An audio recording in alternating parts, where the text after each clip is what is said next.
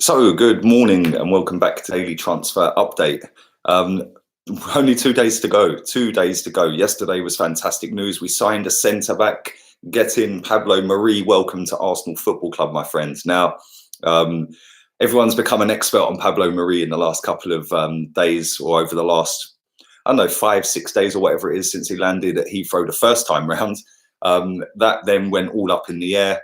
And he went back to pre-season training at Flamengo. And then obviously the president of Flamengo came out and said that we'd agreed a deal.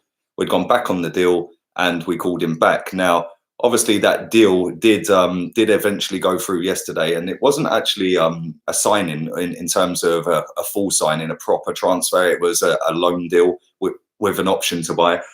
Excuse me. I haven't had my morning tea yet. But yeah, it was an option to buy at the end of it. Now, I'm excited to see him play. Is he going to play against Burnley on Sunday? That is the question. Obviously, he was in pre-season training when he went back to Flamengo, which means that he's probably not quite up to speed as of yet. Now, obviously, he's not trained with Arsenal yet. I'd imagine his first day of training will be today. And be interesting to see whether he's in the squad for the game on Sunday. I don't think he will be. Then, obviously, we've got the winter break as well, where we have next weekend off and then play the following weekend. So, it's going to be very long wait if he doesn't play against Burnley. It's going to be like 2-3 weeks until we see him play. So I'm really excited, though. We needed a centre-back. Obviously, Shkodran Mustafi, he went down injured in the game against Bournemouth in the Cup the other night. Not as bad as it was first feared. He hasn't broken his ankle. It is only a sprain to the ankle. So he should be back soon, and I wish him well. And I see a lot of people on my my stream in the comments after I did my stream saying, good news, Mustafi's only sprained his ankle. Listen, I don't rate Mustafi. People know that, but it's never good news when somebody, regardless of whether you like them in terms of footballing ability or not, breaks a bone in their body and they're out for a long time. So when I said it's good news, it is good news because he has only sprained it and it isn't broken. So I wish him well. Now, again, obviously Callum Chambers is out, so we needed that little boost in that defensive slot to shore us up for the rest of the season and hopefully kick us on. Now, is he going to be all that? We'll see. We shall see. I hope he slots in perfectly. Is he going to slot in straight away, or are we going to, I don't know, maybe bed him in over the course of a couple of weeks or a month or something? Because let's be real here. David Luiz and Socrates have played all right since Arteta's come here. And David Luiz is that left-sided centre-back. So he's left-footed. Is he going to take David Luiz's slot, or is Socrates going to get knocked out the team? And then we put David Luiz at the right-hand side of centre-back. I don't know. Leave that in the comment section. I'd like to hear what you guys think. Now, like I said, we have got 2 days left of the transfer window, including today. And the reports that came out over the last 24, 48 hours are that we are in for Cedric Soares, the right-back, Portuguese international. He was actually part of the Portuguese team that won the Euros in 2016. He was the right-back for them, 28 years old. He's only got 6 months left on his current deal, and he actually went on loan to Inter Milan last season. So he's had a bit of experience in certain different countries, Italy, England.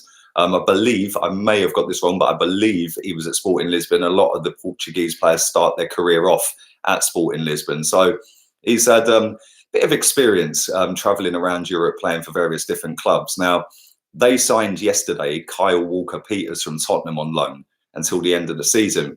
They've obviously got Valerie there, I believe, and that means he's probably surplus to requirements. Now, 2 different reports again. The media have really not had a good January window, have they? Again, this is 2 different reports. Now, the first one was that we're going to buy him for £5 million. And when I read that, I thought £5 million for somebody with like 6 months left on his deal, not even 6 months. It expires in June, so it's about 5 months. I thought that was a bit excessive for somebody who's not really in the pecking order at Southampton, somebody who's got 6 months left. £5 million seemed a lot of money. Later last night, I did my live stream about it. I'll touch on it again. There's a report in football.london that suggests it's only going to be a loan deal and we're going to cover his wages. So obviously that takes him up to the end of his contract at Southampton. He's then a free agent. He can go and do whatever he wants. Now, I'm kind of in between with this. We need a right back. I think we're going to move Maitland-Niles into the centre. He came on against Bournemouth the other night and he was played in centre. Hector Bellerin, he's come back, played two, got through both of them, played 90 minutes in both of them and scored the equaliser at Stamford Bridge when we had 10 men the other night. So I think Hector Bellerin is going to be Arteta's number one. I think that's safe to say. Maitland-Niles is not a right back, but I do believe he's a very good right back. So if it was me, I wouldn't necessarily go and do this deal. I'd keep Maitland-Niles there. But then what does Arteta want to do? It looks like he wants to play Maitland-Niles in midfield, and then he wants to have Hector Bellerin at right back. So if that is the case, then we do need a right back. Is it the right back we require? Probably not. But at the same time, if it's just a little stopgap from now to the end of the season, then at the end of the season, we go in for a better right back. Obviously, that guy will then be a free agent. He can go wherever he wants. If we want to get him, we can get him. If we don't want to get him, we can go and spend some money and go and buy a right back. Maybe Max Aarons could be the option. That's the one I want. That's the guy that I think's decent. Pereira at Leicester, again, he's another good one.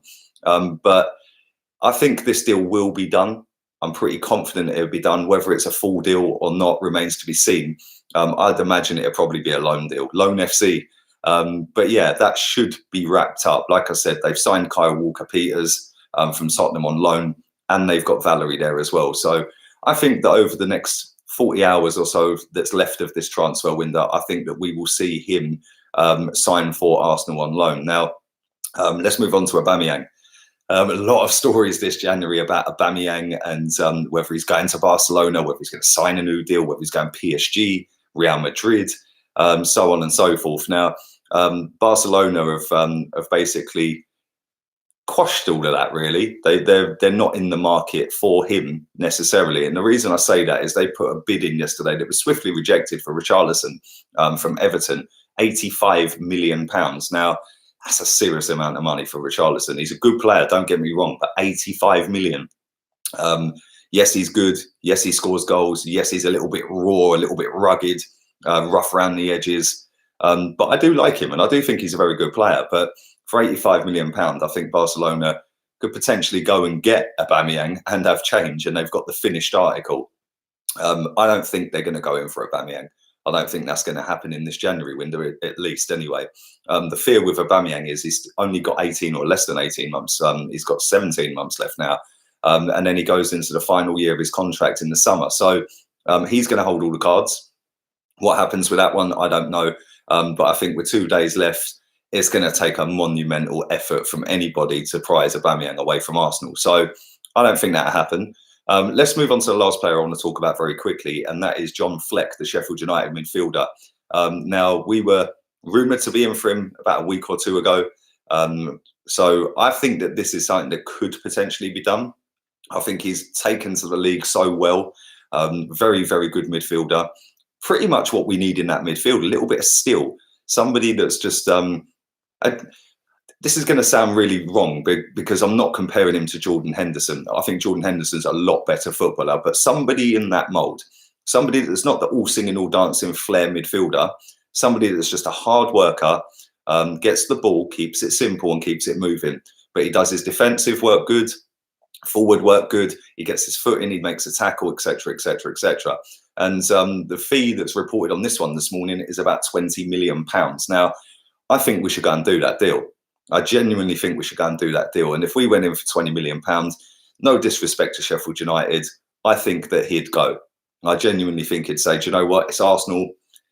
Obviously, I'm playing well at Sheffield United. Sheffield United are above Arsenal at the moment. Before any of you rival fans in the comment section start going, why would he go to Arsenal when they're below him?